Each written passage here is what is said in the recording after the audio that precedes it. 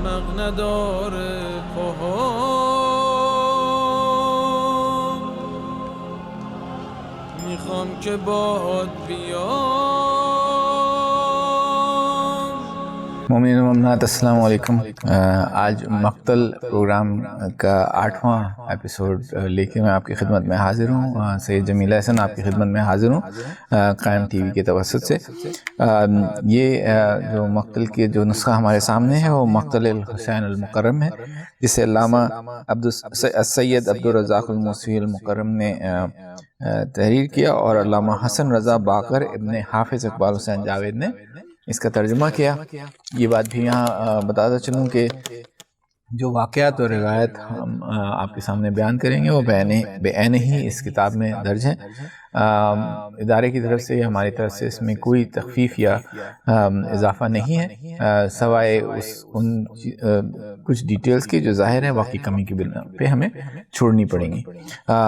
تو آئیے ہم پچھلے پروگرام میں ہم نے جہاں تک اس مقتل کو پڑھا، اس میں جو ہے وہ شب عاشور تک کا تذکرہ تھا، 9ویں کے دن اور شب عاشور تک کا.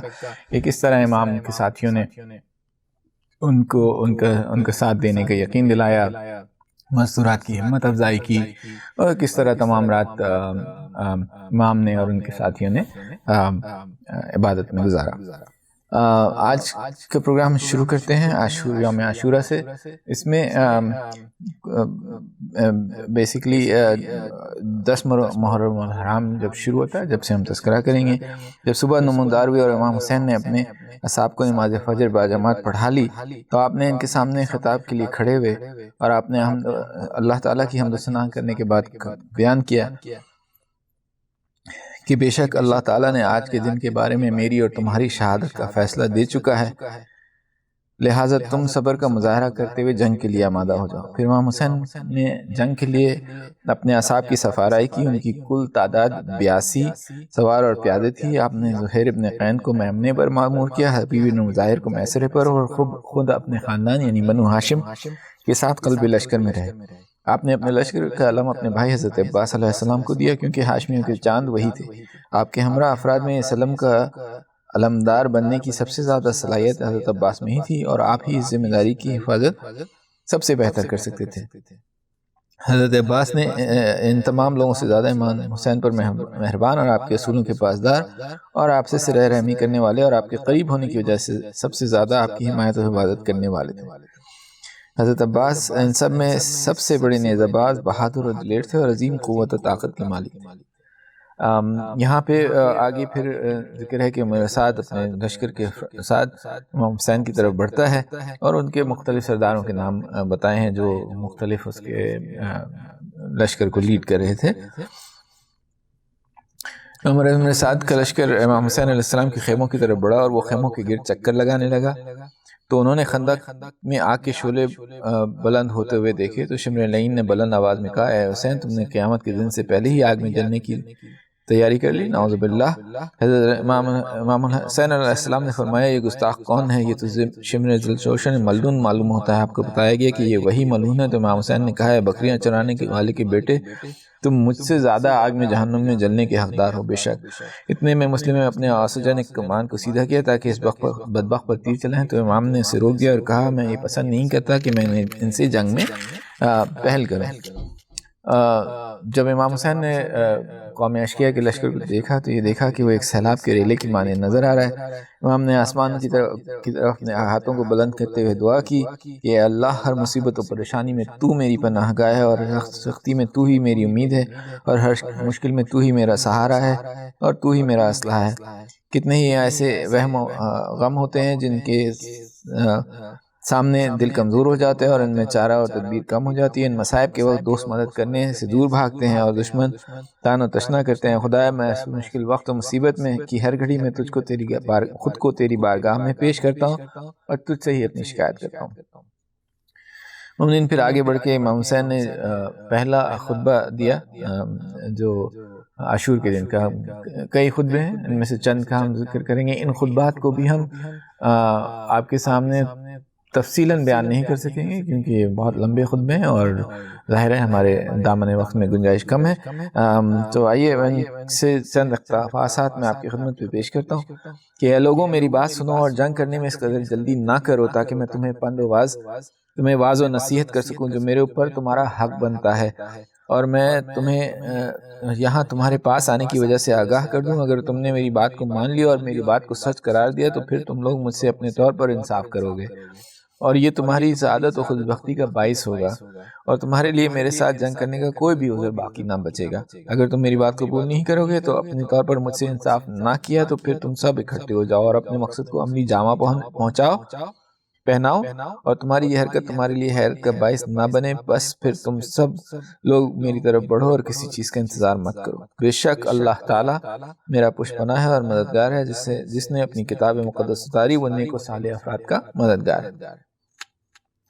اور پھر آگے تذکرہ ہے کہ کس طرح امام حسین نے جب کی باتیں جب یہ سنی تو مستورات گریہ کرنے لگیں اور امام حسین نے ان کو روکا اور فرمایا کہ مجھے میری جان کی قسم ابھی ان مستورات میں بہت زیادہ گریہ و بکا کرنا ہے، بے شک ہم سب نے یہ پڑھا اور سنا ہے۔ اس کے بعد آپ نے پھر درود پڑھا اور حمد و ثنا بیان کی خدا تعالیٰ کی اور درود پڑھا، اور پھر آگے اپنا خطبہ جاری رکھتے ہوئے انہوں نے اسی طرح پند و نصائح کرتے رہے ان افراد کو، اور ان سے آگے بڑھتے ہوئے کہا کہ لوگوں میرے نسب کے بارے میں غور کرو اور سوچو کہ میں کون ہوں، اس کے بعد اپنے نفسوں کی طرف رجوع کر کے خود کو ملامت کرو۔ کیا مجھے قتل کرنا اور میری حرمت پامال کرنا تمہارے لیے جائز ہے؟ کیا میں تمہارے نبی کی بیٹی کا بیٹا نہیں ہوں؟ کیا میں تمہارے نبی کے وصی اور ان کے چچا زاد کا بیٹا نہیں ہوں جو سب سے پہلے خدا پر ایمان لائے اور اس کے رسول اور ان کے تمام احکامات سمیت تصدیق کی جو اپنے رب کی طرف سے لے کے آئے تھے؟ کیا حمزہ سید الشہداء میرے والد گرامی کے چچا نہیں ہیں؟ کیا حضرت جعفر طیار میرے چچا نہیں ہیں؟ تمام حوالے جو بنو ہاشم کے حوالے تھے جنہوں نے دین اسلام کی مدد کی اور رسول اللہ کی مدد کی، ان سب کے لوگ بنو ہاشم میں سے تھے، ان کے حوالے امام نے دیے ان کو کسی طور سے کہ قائل ہو جائیں اور اس برائی سے بچیں جو ان کے سامنے تھی۔ مگر بہرحال جب امام کا کلام یہاں تک پہنچا ہے تو شمر ملعون نے گستاخی کرتے ہوئے آپ کے کلام کو قطع کیا اور کہا یہ لوگ خدا کی عبادت کسی مقصد کے تحت کرتا ہے، لوگوں یہ خدا کی عبادت کسی مقصد کے تحت کرتا ہے، یہ گمراہ ہے اور اسے نہیں معلوم یہ کیا کہہ رہا ہے۔ یہ سن کر حضرت حبیب بن مظاہر نے اس سے کہا کہ خدا کی قسم میں دیکھ رہا ہوں کہ تو ایمان سے بہرا ہے اور میں یہ گواہی دیتا ہوں کہ تو وہ واقعی امام کے کلام کو نہیں سمجھ سکتا کیونکہ اللہ نے تیرے دل پر مہر لگا دی۔ پھر امام اپنے خطبے کو جاری رکھتے ہیں اور مختلف لوگوں کے نام لے کے ان کو مخاطب کر کے کہتے ہیں کہ کیا تم لوگوں نے مجھے خط تحریر نہیں کیے؟ کیا ہمارے پاس تشریف لے آئیں کیونکہ پھل پک چکے ہیں، درخت ہرے بھرے ہیں۔ آپ کو یاد ہوگا میں نے ان خطوط کا تذکرہ پہلے بھی کیا تھا کہ آپ جلد از جلد آ جائیے کیونکہ آپ کے لیے یہاں لشکر آمادہ ہے۔ ان اشقیاء نے جواب دیا کہ ہم نے ایسا کوئی اقدام نہیں کیا۔ پھر امام حسین نے کہا سبحان اللہ، ہاں خدا کی قسم تم نے یہ اقدام کیا تھا، اور آپ نے کہا ہے لوگوں اگر تم مجھے ناپسند کرتے ہو تو مجھے یہاں سے جانے دو، میں زمین خدا پر کے کسی پرامن خطے کی طرف چلا جاتا ہوں۔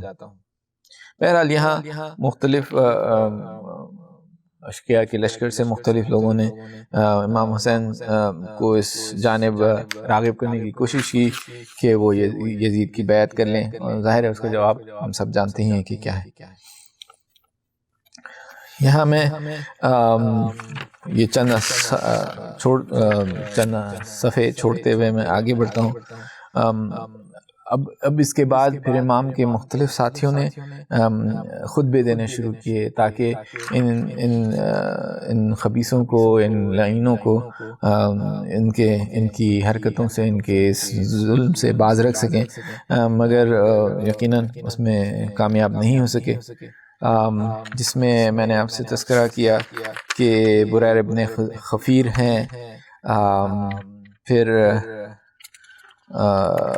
اور دوسرے نام ہیں حبیب بن مظاہر، زہیر ابن قین، یہ تمام افراد ہیں جنہوں نے خطبے دیے۔ یہاں تک جب ہم پہنچتے ہیں تو ہم دیکھتے ہیں یہاں پہ ذکر ہے حضرت حر کا، یہاں پہ تو کہتے ہیں جب حضرت حرب نے یزید رہائی نے امام حسین کی گفتگو اور استغاثہ سنا تو عمر ابن سعد کے پاس جا کر پوچھتے ہیں کیا تم واقعی اس شخص سے جنگ کرنے کا ارادہ رکھتے ہو؟ یعنی اب تک وہ یہ سمجھ رہے تھے کہ یہ جنگ نہیں ہوگی، کسی طرح امام مان جائیں گے یا واپس چلے جائیں گے۔ عمر سعد نے کہا ہاں خدا کی قسم میں اس کے ساتھ جنگ کرنا اس وقت زیادہ آسان ہے بجائے یہ کہ سر کٹ کر گریں اور ہاتھ قطع ہونے لگے۔ حضرت حرب نے کہا کہ امام حسین علیہ السلام تمہارے سامنے جو تجاویز پیش کی تھی ان پر تمہیں کیا اعتراض ہے؟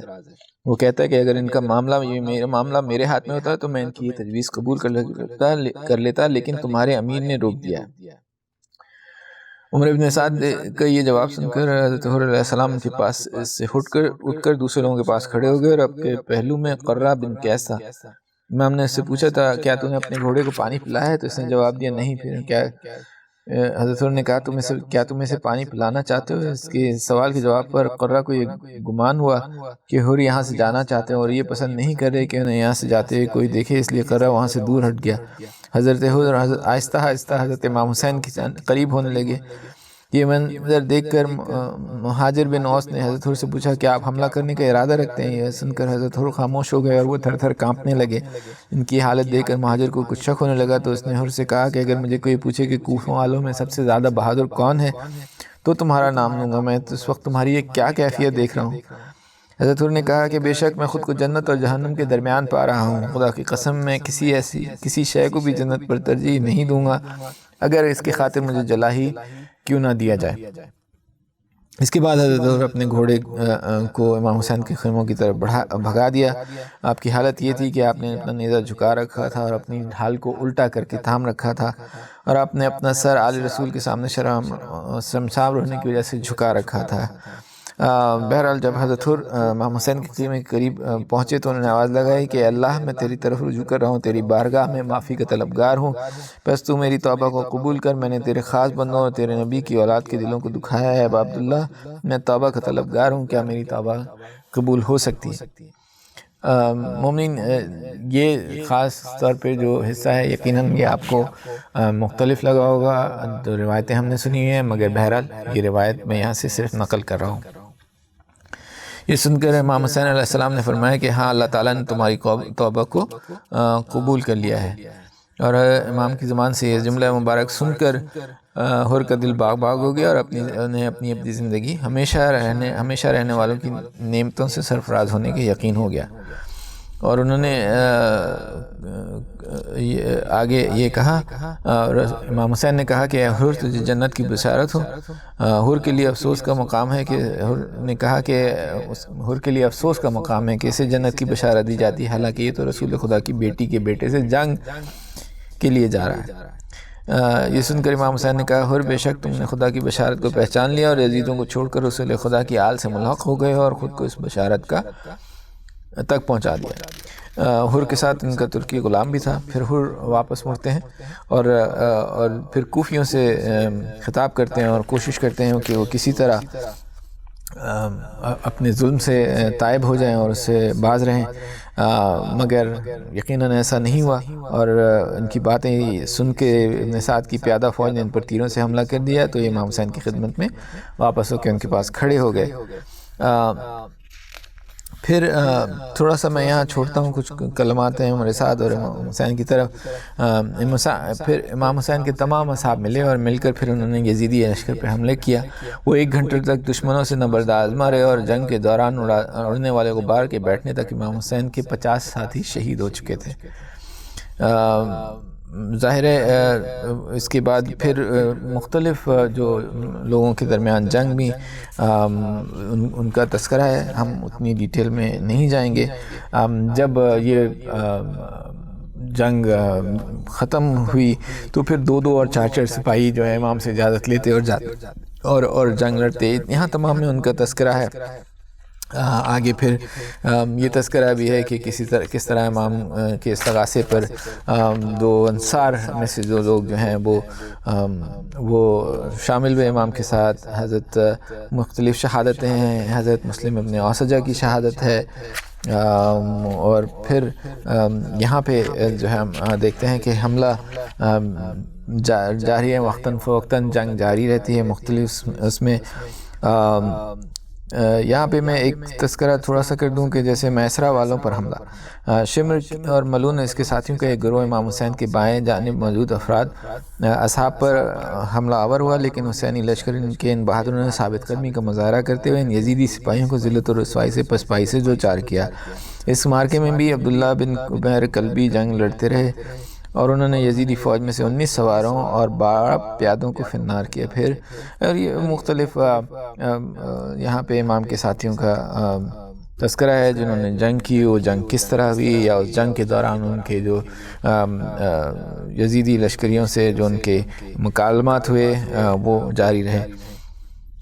اور یہاں میں ذکر ضرور کروں گا کہ امام حسین نے شمر کو اس کے ایک گستاخانہ جملہ جس کو میں پڑھنا نہیں چاہتا، اس کے پر اس سے یہ کہا کہ ذل جوشن کے تخم، تو اس لیے آگ منگوا رہا ہے تاکہ میرے خیمے کو میرے خاندان سمیت جلا سکے، خدا تمہیں جہنم کی آگ میں جلائے۔ اس کے بعد شبس ابن ربیع نے شمر ملون سے کہا، کیا تو صرف عورتوں کو ڈرا دھمکا سکتا ہے؟ میں نے تیری بکواس سے بری بکواس کبھی نہیں سنی اور نہ ہی کبھی تیرے برے اقدام سے برا اقدام کسی کو کرتے دیکھا۔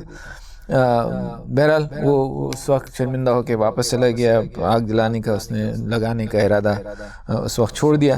آگے پھر تذکرہ ہے مختلف افراد کا جو جنگ لڑتے رہے اور شہید ہوتے رہے، جس میں مختلف افراد شامل ہیں۔ اسی دوران جو ہے وہ پھر نماز کا وقت ہوتا ہے، تو یہ ابو ثمامہ ساعدی سورج کی طرف متوجہ ہوئے تو زوال کا وقت ہو چکا تھا۔ انہوں نے امام حسین کی خدمت میں عرض کیا، میری جان آپ پر فدا ہو، میں یہ دیکھ رہا ہوں کہ آپ دشمن آپ کے قریب آ چکے ہیں، لیکن نہیں، خدا کی قسم یہ اس وقت تک آپ کو شہید نہیں کر سکتے یہاں تک کہ میں اپنی جان نثار کروں۔ میں یہ چاہتا ہوں کہ خدا کی بارگاہ میں اس حالت میں حاضر ہوں کہ جس نماز کا وقت ہو چکا ہے وہ نماز ادا کر چکا ہوں۔ اس کے بعد پھر نماز ادا کی جانے لگتی ہے تو حسین بن نمیر یہ کہتا ہے کہ تم نماز پڑھ بھی لو تو یہ قبول نہیں ہوگی۔ پھر اس کے بعد حبیب ابن مظاہر مختلف اصحاب رسول امام کی شہادت ہے، جس میں حبیب ابن مظاہر ہیں، حضرت حر کی شہادت ہے، اور نماز ظہر کی بہرحال ادائیگی امام نے کی۔ اور اس کے بعد میں آج کا پروگرام اس امام کے اس ان جملوں پہ ختم کروں گا کہ جب شہادتیں نماز کے بعد ہو چکی تو امام نے کہا، ہاں تم نے وفا کا حق ادا کر دیا، تم مجھ سے پہلے جنت میں جا رہے ہو۔ اس کے بعد وہ یعنی کہ یہ ذکر ہے جناب سعید بن عبداللہ کا، اور ان کے جسموں پر تیر، نیزوں اور تلواروں کے زخم کے علاوہ 13 تیر بھی پیوست تھے۔ یہ تمام واقعہ جو ہے وہ ظہر کی نماز کے دوران پیش آیا، اور امام نے نماز کے بعد کہا، اے عزتداروں، یہ لوگ عزتدار لوگوں، یہ جنت کے دروازے تم پر کھول دیے ہیں اور اس کی نہریں ایک دوسرے سے متصل ہیں، اس کے پھل پکے ہوئے ہیں، یہ رسول خدا اور وہ شہداء ہیں جو راہ خدا میں منصب شہادت و فائز ہوئے، یہ لوگ جنت میں تمہاری آمد کے منتظر ہیں، یہ تمہاری اس جانثاری پر ایک دوسرے کو مبارکباد پیش کر رہے ہیں۔ لہٰذا اللہ تعالیٰ اور اس کے نبی کے دین کا دفاع کرو اور اس رسول کے خاندان کے مستورات کی حفاظت کرو۔ اس کے بعد مختلف شہداء کا ذکر ہے، ابو ثمامہ ساعدی کی شہادت ہے، عمر بن قرظہ کی شہادت ہے، نافع بن حلالی اور دیگر بریر بن خزیر ہیں۔ یہ تمام اصحاب جو ہیں ان کی شہادت کا تفصیلاً تذکرہ ہے۔ یہاں پہ ہم آج کے اس پروگرام کو ختم کرتے ہیں۔ انشاءاللہ کل کے پروگرام میں ہم جو ہے بنی ہاشم کے شہداء کی طرف کے حالات آپ کی خدمت میں پیش کریں گے۔ پروگرام کو ختم کرتے ہوئے ایک دفعہ پھر اس بات کا اعادہ کر دوں کہ یہ تمام روایتیں جو ہم نے مقتل الحسین المکرم سے آپ کی خدمت میں پیش کی، علامہ سید عبدالرزاق الموسوی المکرم نے اسے لکھا اور علامہ حسن رضا باقر ابن حافظ اقبال حسین جاوید نے اسے ترجمہ کیا۔ اور ایک دفعہ پھر اعادہ کروں اس بات کا کہ ہم یہ تمام روایات آپ کے سامنے بعین ہی پیش کی گئی ہیں، اس میں ادارے کی طرف سے تو کوئی تخفیف یا اضافہ نہیں ہے۔ انشاءاللہ کل پھر ملاقات ہوگی۔ پر محمد و آل محمد صلوات اللہم صلی علی محمد۔